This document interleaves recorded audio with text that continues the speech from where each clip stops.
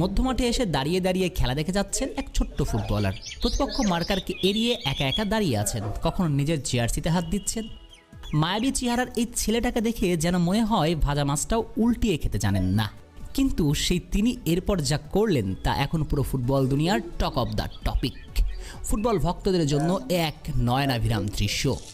প্রথমে সতীর্থর কাছ থেকে বল পাস দিতে এগিয়ে গেলেন, এরপর বল নিয়ে যা করলেন সেটা একমাত্র জাদুকররাই দেখাতে পারেন জাদুর মঞ্চে।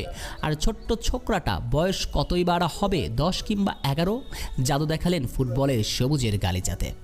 মধ্য মাঠ থেকে একজন, দুইজন, তিনজনকে ড্রিবল করে গোলকিপারকে কাটিয়েও একেবারে কারিশমাটিক গোল, চোখ ধাঁধানো যাকে বলে। আচ্ছা, এটা লিওনেল মেসির ছোট্টবেলার ভিডিও নয় তো? হতে পারে,